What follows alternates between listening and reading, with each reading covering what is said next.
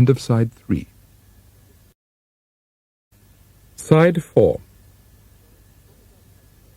Commandant van Heerden waited for Major Bloxham and considered the romantic experience he had just undergone.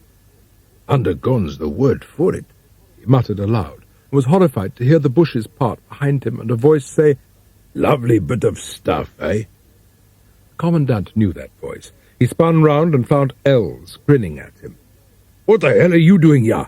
he asked. "I thought you were dead." "Me? Dead?" said Els. "Never." The Commandant began to think Els was right. There was something eternal about him, like original sin. "Been having it off with the Colonel's old woman, eh?" "What I do with my spare time is of no concern of yours," Van Heerden said emphatically. "Might be of some concern to the Colonel," Els said cheerfully. "I mean, he might like to know—" "Never mind what Colonel Edgar Kilcoon might like to know," interrupted the Commandant hurriedly. "What I'd like to know is why you didn't die in Peenburg prison with the Governor and the Chaplain." "That was a mistake," said Els. "I got muddled up with the prisoners." "Understandably," said the Commandant. "The Colonel's got a legal right to kill you for stuffing his wife," said Els. "And that's what he'd do if I blew this horn and called him back." Commandant van Heerden had to admit that for once Els was right. South African law reserved no penalties for husbands who shot their wives' lovers. "All right," said the Commandant. "What do you want?" "I want my old job back," said Els. "All right, I'll see what I can do," he said. "Though how I'm going to explain how a coloured convict is really a white constable, God only knows." "No point in spoiling the shirt for a ha'porth of tar," said Els, making use of an expression he'd picked up from Major Bloxham. "Yeah, you've been having a bit of trouble, old boy," said the Major, when the Land Rover stopped beside the body of Chaka. "Always said that black bastard was a menace." The Commandant climbed in beside him and murmured his agreement. The black bastard he had in mind was not the dead horse. In the back of the truck, Constable Els smiled happily. He was looking forward to shooting Kaffers, quite legally again. Once back at Whiteladies, Commandant van Heerden found himself the centre of attention. The fact that he was the first man to have cleared the high wall, albeit involuntarily, drew murmurs of admiration from everyone. "I must say you take things pretty cool, Commandant," said a fat man, "coming out here and hunting when there's all this trouble in Peenburg." "Trouble? What trouble?" he asked. "What? Do you say you haven't heard?" asked the fat man. "There's been an outbreak of sabotage. Bomb attacks all over the place." The curse, Commandant van Heerden dashed down the steps to his car and found, as he might have expected, Els at the wheel. Disaster was in the air. As the car hurtled along the dirt road towards the city, Commandant van Heerden had the feeling that he was leaving an idyllic world of peace and sanity and heading back into an inferno of violence, at the centre of which sat the diabolical figure, Lieutenant Verkramp. When they reached Peenburg, the Commandant was appalled to notice two constables walking down the pavement, hand in hand. "What the hell's been going on round here?" he muttered. In the front seat, Constable Els smiled to himself. There had been some changes in Peenburg since he'd last been there. He was beginning to think he was going to enjoy being in the South African police again. By the time they arrived at the police station, the Commandant was in a vile temper. "Send me the acting Commandant!" he shouted at the constable at the duty desk, and went upstairs, wondering if his imagination was playing him up, or had there been a suggestive leer on the man's face. "What in the name of hell has been happening around here?" the Commandant yelled at Sergeant Breitenbach, who was not, he was relieved to note, exhibiting any signs of queerness. "Well, sir," he began, but the Commandant interrupted him. "What do I find when I come back?" he screamed in a voice that made the duty constable wince on the floor below, and several passers-by stop in the street. "Boofters! Bombs!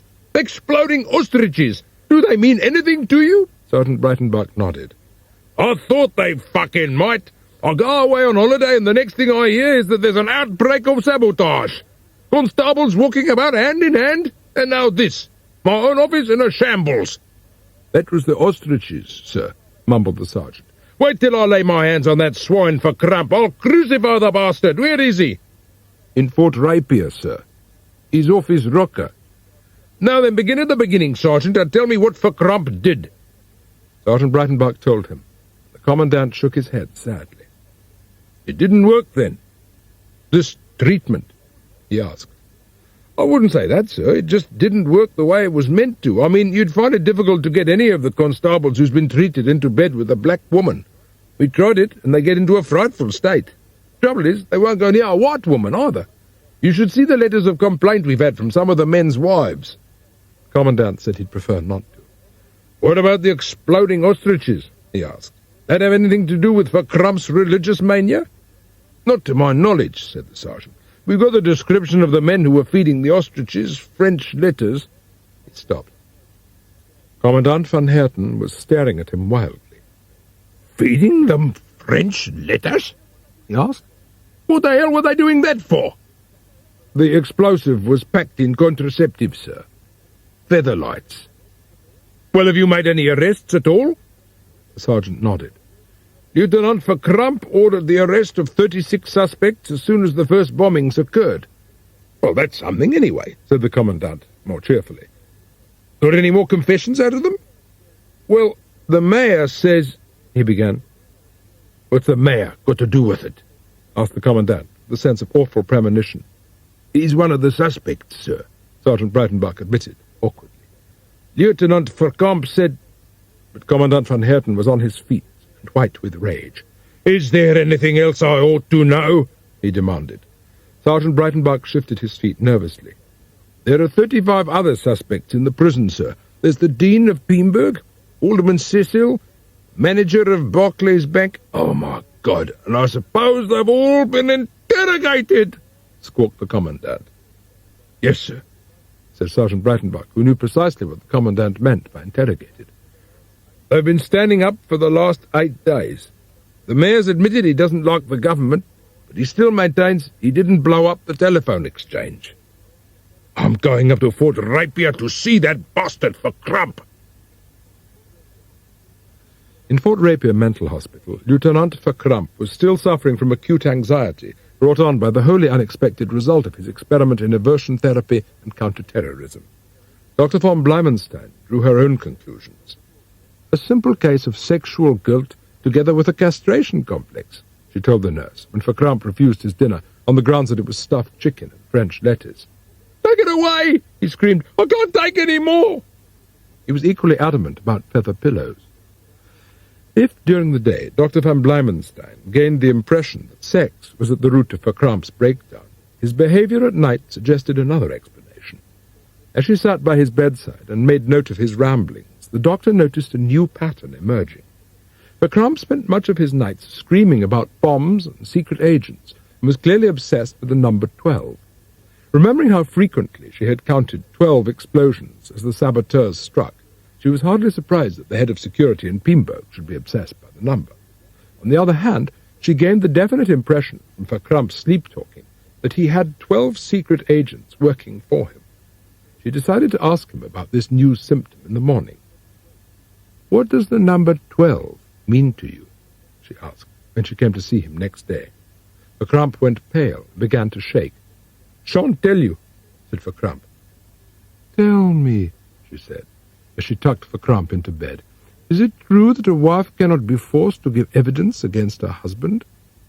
Verkramp said it was, and with a smile that suggested he would do well to meditate on the fact, Dr. von Bleimenstein left the room. When she returned an hour later, it was to find the patient ready with an explanation for his obsession with the number 12. "There were 12 saboteurs, and they were bullshit," snapped the doctor. "Utter bullshit. There were 12 secret agents, and they were working for you, and you took them to Durban by car. Isn't that the truth?" "Yes." No, it's not," Verkramp wailed. "Now listen to me, Balthasar Verkramp. If you go on lying, I'll have you given an injection of truth drug, and we'll get an accurate confession out of you before you know what's happened. You did say that a wife couldn't be forced to give evidence against her husband, didn't you?" To Verkramp, the alternatives he was now facing were if anything more shocking than exploding ostriches and camp constables. He swallowed nervously and stared round the room for the last uncommitted time. "Will you marry me?" he asked finally.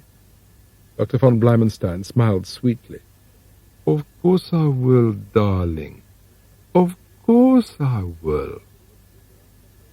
"I want to visit Lieutenant Verkramp," said the Commandant. He explained that he simply wanted to find out if Verkramp could shed any light on the recent series of bombings. "I see," Dr. von Bleimenstein said. "If you'll just wait here, I'll go and tell him that you want to see him." And leaving the Commandant in a small waiting room, she went off to Verkramp's private room. "We've got a visitor, Commandant van Heerden," she announced gaily, as Verkramp cringed in his bed. "You don't have to answer any questions unless you want to." "Well, I don't," said Verkramp, emphatically. "Then you shan't," she said, extracting a bottle from her pocket and a lump of sugar. "What's that?" Verkramp asked, nervously. "Something to help you not to answer any questions, my darling," said the doctor, and popped the lump of sugar into his mouth. Verkramp chewed it and lay back. 10 minutes later, Dr. von Bleimenstein came into the waiting room. "He's ready to see you now," she said, "but I want to warn you that he's to be handled gently. This is one of his good days. We don't want to upset him, do we?" "No," said the Commandant, trying to make himself heard above the demented shrieks. The doctor unlocked the door. The Commandant peered very nervously inside. As the Commandant pressed himself, terrified, into a corner by the door, he knew that he had made a wasted trip. Whatever else the day had taught him, one thing was quite sure. Lieutenant Verkramp's insanity was unquestionable. The Commandant left the hospital. In his room, Lieutenant Verkramp continued his trip. It was the first time he'd taken LSD. Commandant von Heerden sent for Sergeant Breitenbach. "Those secret agents that Verkramp was always talking about," he said. "Do you know anything about them?" "No, sir." "You know," said the Commandant, "there's been something puzzling me for a long time, and that is, why did the communists bug my house?" "I think you ought to know that those microphones weren't placed there by communists, sir." He paused to allow the implications of the remark to sink in. "You mean," said the Commandant, turning an alarming colour. "Verkramp, sir," said the sergeant hurriedly. "You mean that bastard bugged my house?" yelled the Commandant. Sergeant Breitenbach nodded dumbly and waited for the Commandant's outburst to exhaust itself. "He said he had orders from Boss to do it, sir. But I don't think he did, though. I think it was part of his purity campaign." "Dear God," said Van Heerden. "Are you trying to tell me that all Verkramp's talk about communist agents was simply an excuse to find out if I was having an affair?" "Yes, sir," said Sergeant Breitenbach, desperately determined not to say whom the Commandant was thought to be having an affair with. "No explosions tonight," said the sergeant. Commandant van Heerden looked out through his glassless windows and sighed. "None last night. None the night before. None since Verkramp went into the loony bin. All the attacks coincided with Verkramp's being in charge," said the Commandant. "All the high explosive came from the police armory. Very odd indeed." "Just one more thing, sir, that I think you ought to consider," said the sergeant. "I've been doing some calculations about the bombings." Put a piece of paper in front of the Commandant. "If you look here, you'll see that there were 12 explosions on each of the nights in question. Right?" Commandant van Heerden nodded. "The day before you left on holiday, Lieutenant Verkramp ordered 12 new keys cut for the police armory." He paused. The Commandant sat down again and held his head. "Go on," he said finally. "Let's get it over." "Well, sir," continued the sergeant, "I've been checking the man who picked up the messages from the secret agents, and it begins to look as if there were 12 agents, too." "Are you trying to tell me that Verkramp organized these attacks himself?"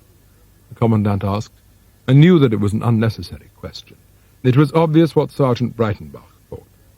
Picking up the phone, the Commandant rang Dr. von Bleimenstein.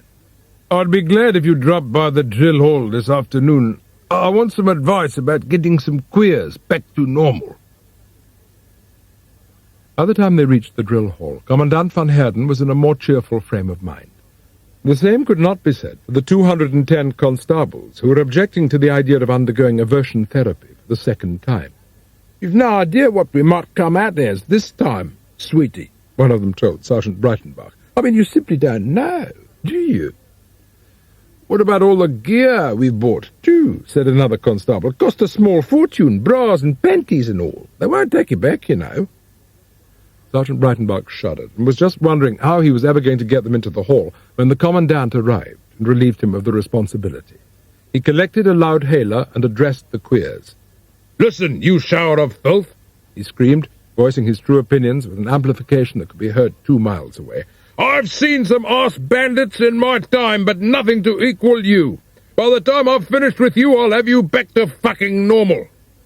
He singled out a constable with false eyelashes for personal abuse, and was just telling him he'd never look another sphincter in the face without coming over all queer, when Dr. von Bleimenstein arrived and restored order. As the doctor walked slowly but significantly towards them, the constables fell silent and eyed her large frame with respect. "If you don't mind, Commandant," she said, as the Commandant's blood pressure fluttered down to something approaching normal, "I think I'll try a different approach." Commandant van Heerden handed her the loud hailer, and a moment later her dulcet tones were echoing across the parade ground. "Boys," said the doctor, using a more appropriate epithet, "I want you all to think of me," she paused seductively, "as a friend, not as someone to be afraid of." As Dr. von Bleimenstein continued her talk, the Commandant turned away, satisfied that everything was under control, now that the doctor's magnetic hermaphrodism was exerting its influence over the queers. He found Sergeant Breitenbach in the drill hall, checking the transformer. A deputation of ministers from the Dutch Reformed Church had arrived to add their objections to those of the constables. The Commandant shepherded them into an office at the back of the hall and waited until Dr. von Bleimenstein had got her patient seated before discussing the problem with the black-coated ministers. "You have no right to tamper with man's nature," the Reverend Schlachbald said when the doctor arrived. "God has made us what we are, and you are interfering with his work." "God didn't make all these men poofters," said the doctor, her language confirming the minister's opinion that she was the instrument of the devil. "Man did, and man must put the mistake right." Commandant nodded in agreement. Reverend Schlachbals didn't. "If man can turn decent young Christians into homosexuals by scientific means," he insisted, "the next step will be to turn blacks into whites. And then where will we be? The whole of Western civilization and Christianity in South Africa is at stake." "What absolute nonsense," said Dr. von Bleimenstein. "All I'm saying is that aversion therapy can exert a degree of moral pressure which nothing else can match." Commandant van Heerden, who had been giving some thought to the matter of turning blacks into whites by electric shocks, butted in to point out that if that were the case, thousands of blacks would already be white. "We're always giving them electric shocks," he said. "It's part of our normal interrogation procedure." The Reverend Schlachbals wasn't impressed. "That's quite different. Punishment is good for the soul," he said. "What the doctor is doing is tampering with God's work. What is needed is prayer. I shall go into the hall and kneel down." "You do that," said the Commandant, "and I won't be held responsible for what happens." "And pray for the forgiveness of sins," continued the minister.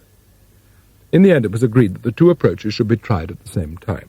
Dr. von Bleimenstein would proceed with the aversion therapy, while the Reverend Schlachbals conducted a religious service in the hope of effecting a spiritual conversion. The joint effort was entirely successful, though it took Reverend Schlachbals some time to accommodate himself to the prospect of leading the congregation in Rock of Ages Cleft for Me to the accompaniment of slides depicting nude males of both races projected life-size above his head. Later the same day, the Commandant gave Dr. von Bleimenstein permission to get several blousy girls from Durban to go through their routine in front of the constables, while Sergeant Breitenbach went along the rows with a swagger stick, making sure that everyone responded properly. "All present and erect, sir," he said when he had finished. Commandant van Heerden thanked the doctor for her assistance and accompanied her to the car. "It's been no trouble," said the doctor. "I found the whole experience most valuable. It's not every woman can say that she's had such a stimulating effect on 210 men at the same time." 211, doctor, said the Commandant with unusual gallantry, and left the doctor with the impression that she had made a conquest. He had just caught sight of Else, who was apparently about to rape one of the chorus girls. Mrs. Heathcote Kilcoon was shown into the Commandant's office by Sergeant Breitenbach. "My darling," she said, as soon as the door was shut, and skipped across the room, a vision of elegance in mauve silk. "For God's sake!" spluttered the Commandant, unwinding her arms from his neck. "I had to come. I couldn't wait," said Mrs. Heathcote Kilcoon. Commandant van Heerden looked frantically round his office. Something about shitting on one's own doorstep was on the tip of his tongue, but he managed not to say it. Instead, he asked after the Colonel. Mrs. Heathcote Kilcoon reclined in a chair. "He's absolutely furious with you," she said. "Doesn't Dudu love his mummy any more?" she cooed. With rare good taste, the Commandant shuddered. "Of course he does," he snapped. Taking refuge in the third person from the threat of extinction Dudu's brought to mind. He was about to say that he had had enough on his fucking plate, without jealous husbands, when there was a knock on the door, and Sergeant Breitenbach entered. "Urgent telegram for Verkramp, sir," he said. "From boss. I thought you'd want to see it."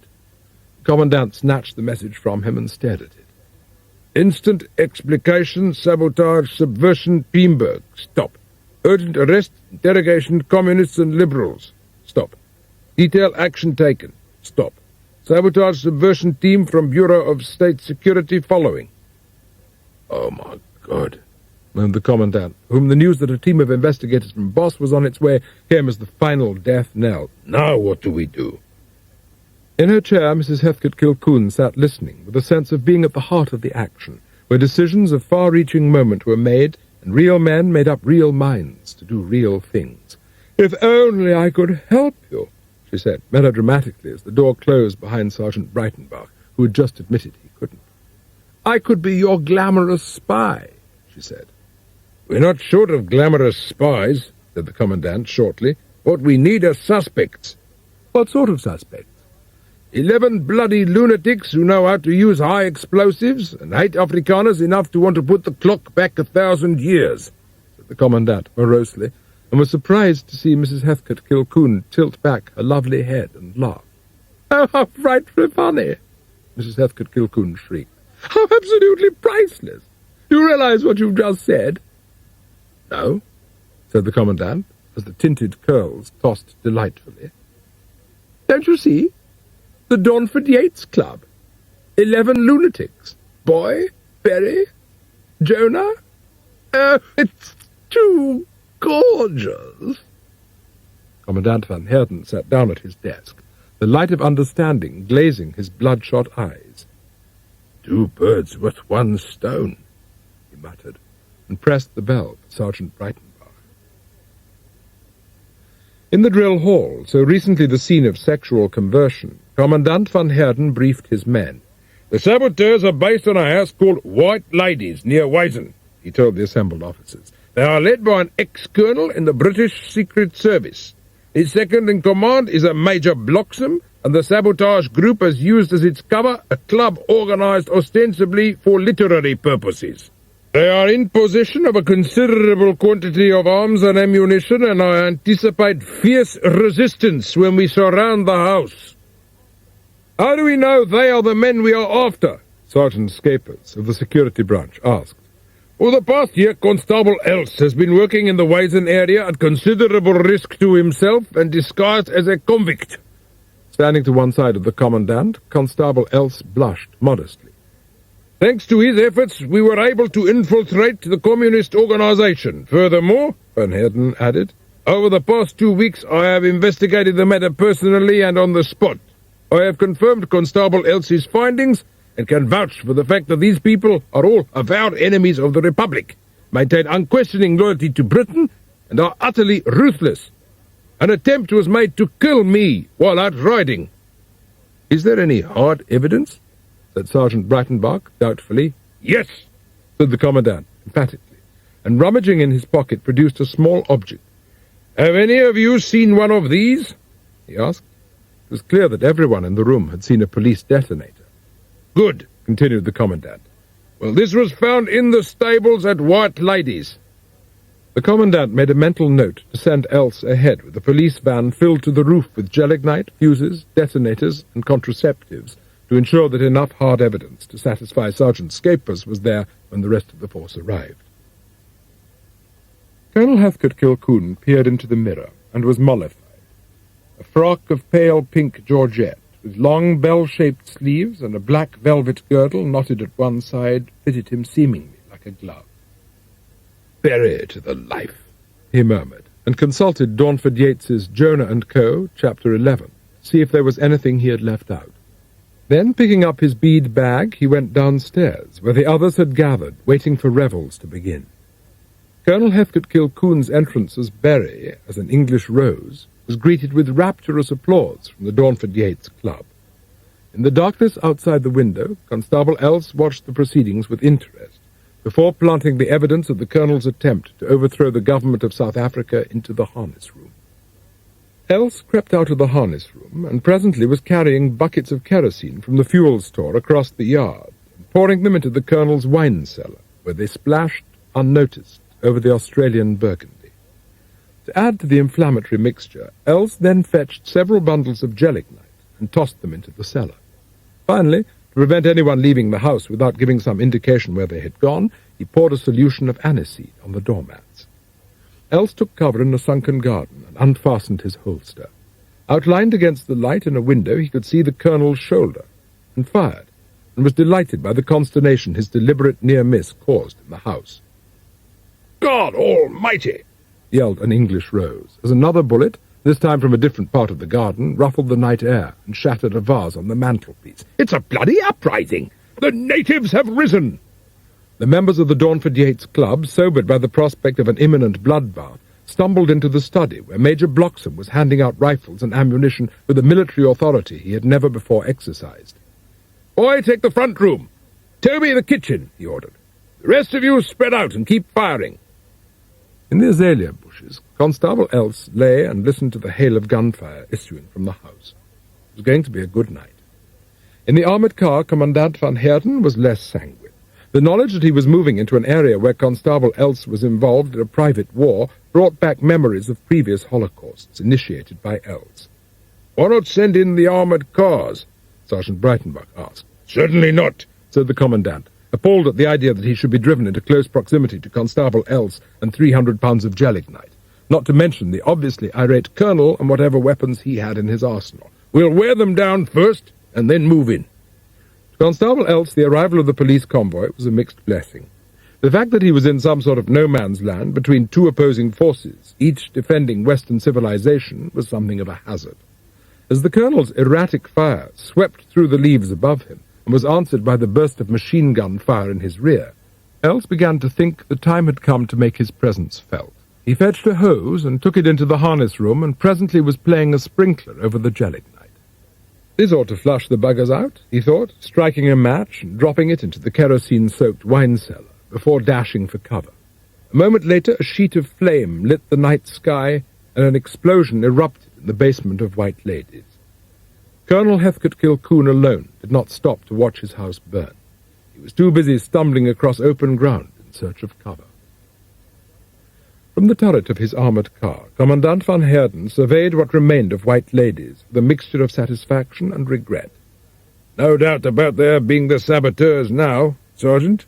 he asked Sergeant Breitenbach. "None at all," said the sergeant. "There's enough gelignite in the harness room to blow up half of Beamberg." Commandant van Heerden disappeared hurriedly into the armoured car. His muffled voice could be heard urging the driver to get the hell out. Sergeant Breitenbach went round to the back door. "It's all right," he told the Commandant. "It won't go off. Someone's been playing a hose on it."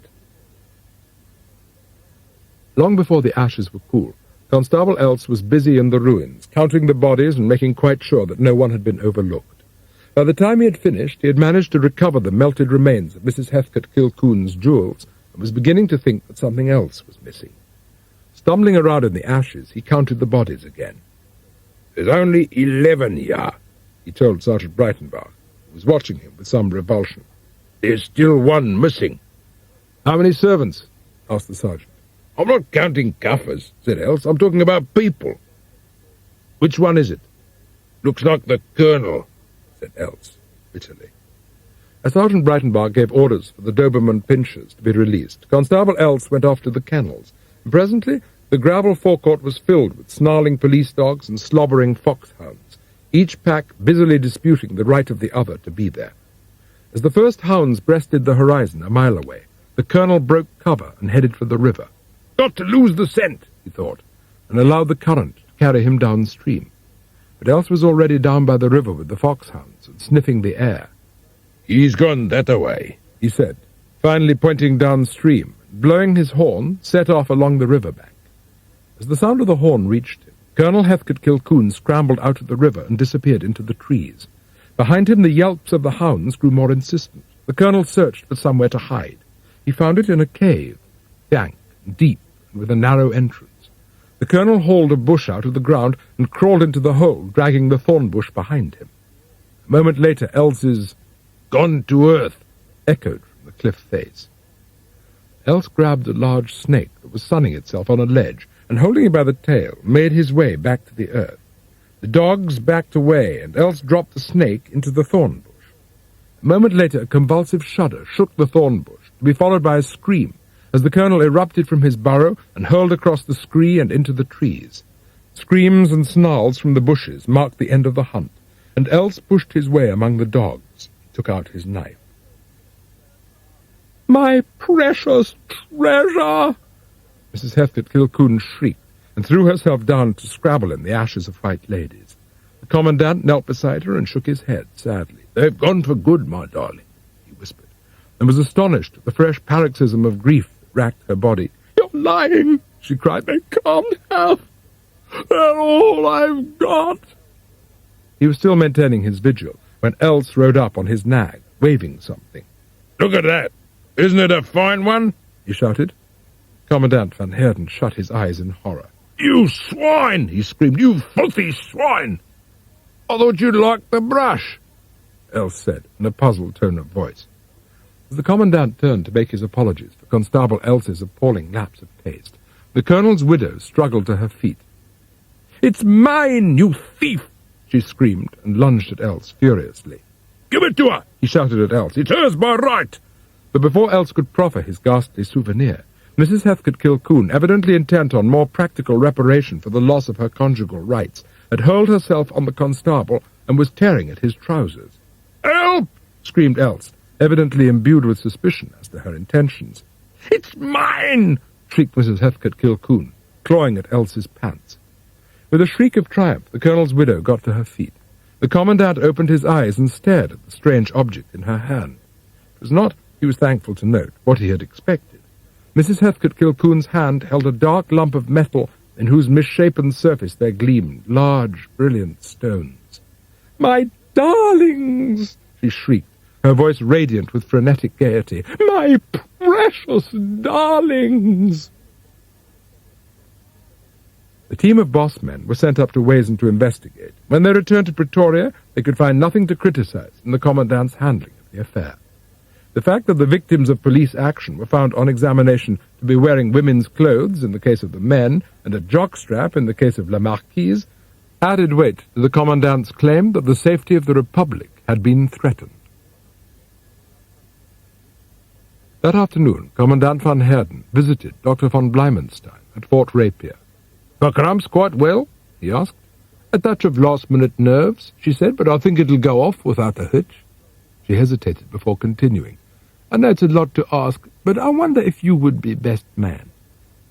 Commandant Van Heerden tried to think what to say. The thought that he would be in any way instrumental in joining the author of so many of his misfortunes to a woman as totally unlovable as Dr. von Bleimenstein had its appealing side. "In that case," said the commandant, "I'd better see him now." The commandant went down the passage and asked the nurse the way. At hypnotherapy, the nurse opened the door and smiled. "Just popped in to see if there was anything you needed for Crump," said the commandant. "I see I've given you a clean straitjacket for the occasion." "Won't be needing that in a minute," said the nurse. "Will we?" She picked up a hypodermic, pulling back the bedclothes, rolled for Crump onto his stomach. "I don't want," shouted for Crump, but the nurse had already plunged the needle into his backside.